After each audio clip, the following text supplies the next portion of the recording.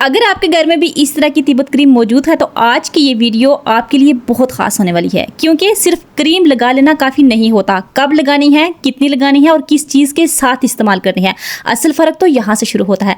आज की वीडियो में हम आपके साथ तिब्बत क्रीम का ऐसा आसान तरीका शेयर करेंगे जिसे आप अपनी रोज़ाना की स्किन केयर रूटीन में शामिल करके अपनी स्किन को चार चांद लगा सकते हैं। और सिर्फ यही नहीं, बल्कि अपने बढ़ती हुई उम्र के असरात को भी कम कर सकते हैं। वीडियो में मज़ीद 10 ऐसी आसान और ज़बरदस्त टिप्स भी मौजूद हैं जो आपके लिए बहुत यूज़फुल हो सकती हैं।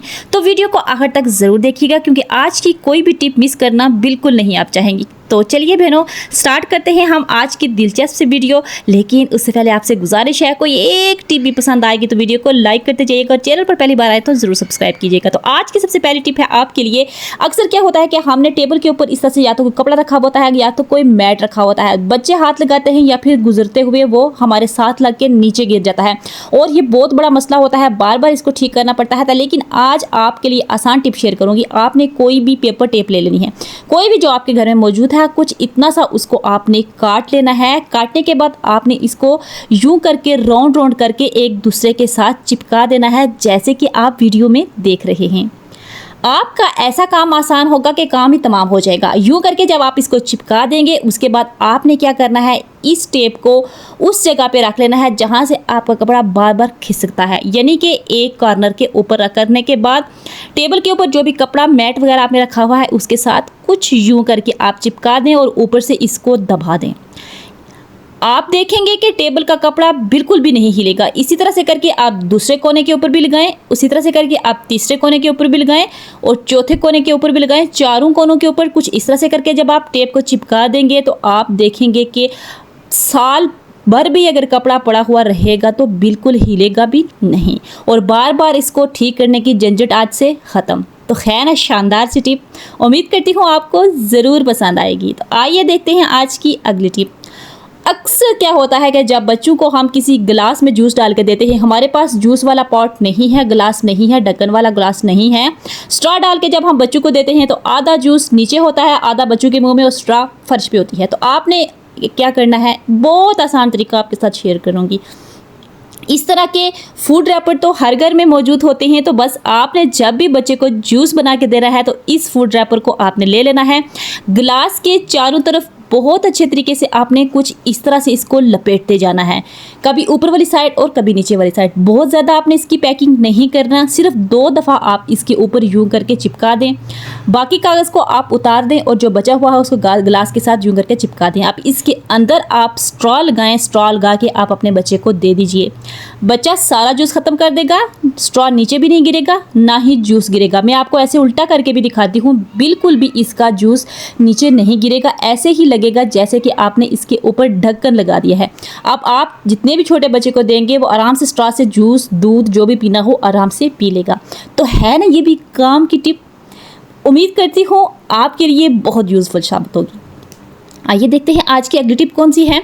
तो बाज़ दफ़ा क्या होता है कि हमें कुछ इस तरह से कोई पेपर, बैटर पेपर या कुछ फॉइल पेपर या कोई भी ऐसी चीज़ देगची या किसी ऐसे पॉट के अंदर रखनी होती है जहाँ पे वो अच्छी तरह से फिक्स नहीं होती, क्योंकि हमें इसकी कटिंग ही सही हम नहीं कर सकते। तो आपने क्या करना है, जिस भी देगची के ऊपर, जिस भी पॉट के ऊपर आपने बैटर पेपर को रखना है, फिक्स करना है या फॉइल पेपर को फिक्स करना है, पहले उसको उल्टा कर लेना है। उल्टा करने के बाद आप इसके पेंदे के ऊपर अच्छी तरह से इसको जब फिक्स करेंगे तो आप यकीन करें, अब आप सीधा करके बर्तन उसके अंदर आराम से फॉइल पेपर को फिक्स कर सकती हैं, बैटर पेपर को फिक्स कर सकती हैं। अब वो अपनी जगह से हिलेगा नहीं और उसके देगची के या किसी भी बर्तन के पेंदे में बहुत आराम से फिक्स हो जाएगा। तो है ना, ये भी कमाल की टिप, आप देख सकते हैं बहुत आराम से उसका वो लेवल जो है वो बराबर हो चुका है। उम्मीद करती हूँ ये टिप भी आपको अच्छी लगी होगी और आपके काम आएगी। आइए देखते हैं आज की अगली यूज़फुल सी टिप कौन सी है।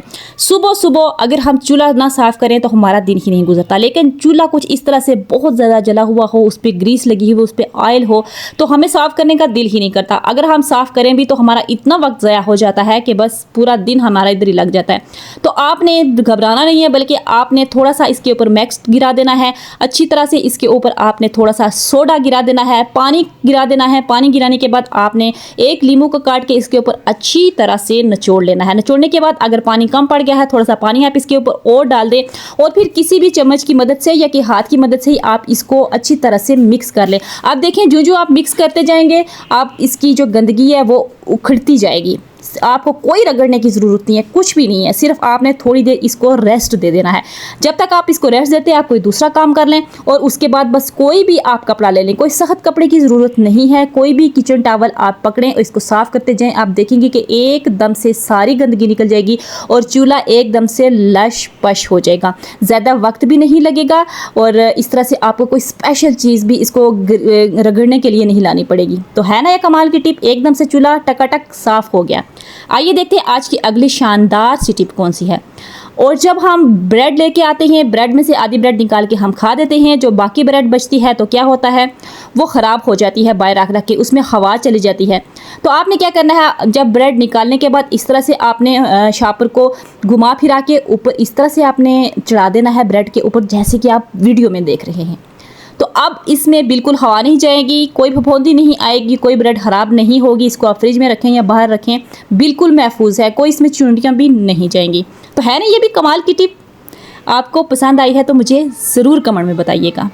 वक्त को ज़ाया नहीं करते, आइए देखते हैं अगली टिप। अक्सर क्या होता है कि हम कोई मसाले वगैरह लेके आते हैं, कॉर्नफ्लोर लेके आते हैं, कुछ भी लेके आते हैं, जब आधा हम उसमें से निकाल देते हैं बाकी बच जाता है आधा और उसमें हवा पड़ जाती है। उसमें आजकल के मौसम में खासकर सुसलियाँ आ जाती हैं। अगर कॉर्नफ्लोर है बहुत ज़्यादा ख़राब हो जाती है, जो भी आपकी चीज़ है। तो आपने क्या करना है, घबराना नहीं है, बल्कि बहुत अच्छे तरीके से साइड से कुछ जैसे कि आप वीडियो में देख रहे हैं इसको यूँ करके फोल्ड कर लेना है। इसी तरह से आप दूसरी साइड से भी करेंगे और ऊपर वाला हिस्सा जो आपने बाहर छोड़ा था इसको अंदर की तरफ आपने यूँ करके फोल्ड कर लेना है। बस इतना सा आपने काम करना है। जितने भी आपके डब्बे हैं आपको अलग डब्बों में मसाला जार डालने की ज़रूरत नहीं पड़ेगी। अब इसमें हवा बिल्कुल भी नहीं जाएगी। आप चाहें तो इसके ऊपर टेप लगा लें, अगर आपके पास टेप नहीं है तो ऐसे भी आप एक दूसरे के साथ तमाम मसाला जात को, बिरयानी मसाला या जो भी है आप इस तरह से करके रख सकते हैं। अब ये बिल्कुल महफूज हो चुका है। तो है ना ये भी ज़बरदस्त सी टिप। अगर पसंद आई है तो मुझे बताइएगा ज़रूर। आइए देखते हैं आज की अगली शानदार सी टिप कौन सी है। तो यहाँ पे अब मैं सिंक को पहले बंद कर रही हूँ और फिर इसमें बहुत सारा पानी में डाल लूँगी। अब साथ ही इसके मैं 2 चम्मच के करीब में लेमन मैक्स डाल लूँगी। उसके बाद इसके अंदर में क्या डालूँगी, कोक, ठीक है, जो हम पीते हैं, कोला नेक्स्ट पीते हैं या कोक आप लेते हैं, 2 चम्मच भर के मैंने उसमें कोला नेक्स्ट डाल दी है। अब आपने क्या करना है, इस तरह के ढक्कन जो होते हैं हमारे नॉन स्टिक के, उनमें मैल चैल गंदगी चिकनाई इतनी फंस जाती है, इतने ख़राब हो जाते हैं कि उनकी अपनी जो चमक होती है वो बिल्कुल ख़त्म होती है। तो बस आपने इसके अंदर डबो के इसको रख लेना है, ना कि आप इसमें सिर्फ ये ढक्कन रखें, बल्कि जिन जिन चीज़ों के साथ भी बहुत ज़्यादा चिकनाई पुरानी हो चुकी है ना आप वो भी रखें। ये वाइपर बहुत ख़राब था, इसको भी मैं साफ़ कर लेती हूँ, ठीक है, आपके सामने साफ़ करूँगी। 10 मिनट तक इसको मैं भगोंगी और उसके बाद जब मैंने इसमें इसको निकालूंगी तो आपके सामने मैं आपको सबसे पहले ढक्कन दिखाती हूँ। आप देखेंगे कि एकदम से ढक्कन बगैर रगड़े साफ़ हो चुका था। तो अब आपने क्या करना है, इसकी साइडें जहाँ पे बहुत ज़्यादा गंदगी थी, चिकनाई थी, वो बिल्कुल नरम हो चुकी है। कोई भी टूथ ब्रश आपने ले लेना है, अंदर बाहर से सिर्फ एक दफ़ा इसको निकालने की कोशिश करनी है। अगर तो गर्म पानी आप इसके ऊपर डालेंगे तो इसको रगड़ने की भी ज़रूरत नहीं पड़ेगी, लेकिन अगर आप ठंडे पानी के साथ धो रहे हैं तो आप ब्रश के साथ थोड़ा सा आप रगड़ लें तो आपके सामने ये ढक्कन बिल्कुल साफ़ सुथरा टकाटक साफ़ हो जाएगा। इसी तरह से वाइपर भी एकदम साफ़ हो गया है, मैंने इसको कोई रगड़ा नहीं है, सिर्फ पानी से निकाला है। तो है ना ये भी कमाल की टिप। आए देखते हैं आज की अगली शानदार सी टिप कौन सी है। तो क्या होता है, जब भी हम सब्जियां काटते हैं तो कटिंग बोर्ड उधर से स्लिप करके उधर चला जाता है, वहाँ स्लिप करके उधर चला जाता है, तो हमारा टाइम भी ज़ाया होता है, हमें जल्दी जल्दी काम करना होता है, लेकिन उतना ही हमारा काम बहुत ज़्यादा लंबा हो जाता है। अगर आपका कटिंग बोर्ड भी इस तरह से शेल्फ के ऊपर स्लिप होकर दूर भाग जाता है तो आपने घबराना नहीं है, बल्कि कोई रबड़ बैंड ले लेना है, कोई भी जो आपके घर में है वो आप ले लें और बस इसके ऊपर इस तरह से करके चढ़ा दें। इतना सा आपने काम करना है। इसके बाद इसके ऊपर जितनी भी आप सब्जियां काटेंगे ना, जहां मर्जी आप इसको रख लें, ये हिलेगा भी नहीं अपनी जगह पे। कितनी भी सख्त सब्जियां काट लें, कितनी भी सख्त छुरियां नाइफ आप इसके ऊपर इस्तेमाल कर लें, ये अपनी जगह पे फिक्स जैसे हो जाता है ना, वहाँ रहेगा। तो उम्मीद करती हूँ ये टिप भी आपके लिए काफ़ी यूज़फुल होगी। आइए देखते हैं अगली शानदार सी टिप कौन सी है।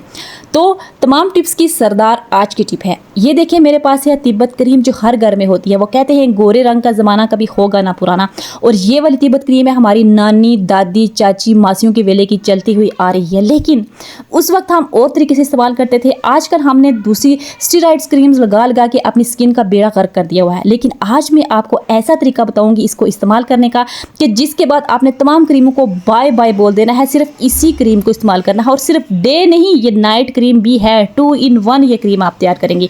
तो आपको जितनी क्वांटिटी चाहिए, 2 चम्मच 3 चम्मच, एक फेस के लिए 2 फेस के लिए आपने वो ले लेनी है। और उसके साथ ही आपने इसमें वाइटनिंग कैप्सूल्स ले लेने हैं। ये वाले वाइटनिंग कैप्सूल बहुत आराम से किसी जगह से भी आपको मिल सकते हैं, 10-20 रुपए के आप 2 ले लें।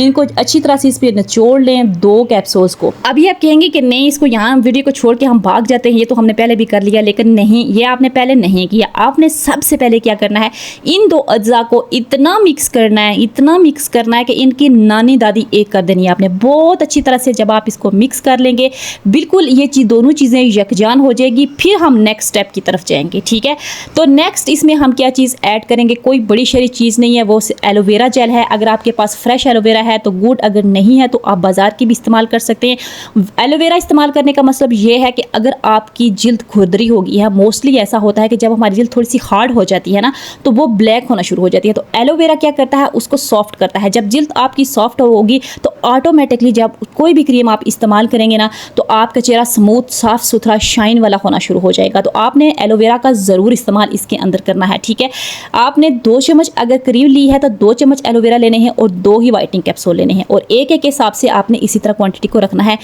एलोवेरा डालने के बाद आपने उसको खूब मिक्स करना है, खूब मिक्स करना है, ताकि ये एलोवेरा इस क्रीम के अंदर बहुत अच्छी तरह से यकजान हो जाए। उसके बाद आपने क्या करना है, बस आम क्रीम जो आप रात को लगा के सोते हैं, 250 वाली क्रीम, उनको बाय बाय बोलें और ये वाली क्रीम लगाएं। पहले दिन के इस्तेमाल से आपको लगेगा कि आपके चेहरे के ऊपर थोड़ा सा फ़र्क पड़ा है। दूसरे दिन लगाएं, तीसरे दिन लगाएं, 3 दिन के इस्तेमाल के बाद आपको वाज़ेह फ़र्क नज़र आएगा और आप कहेंगे कि मुझे ये पहले क्यों नहीं पता था।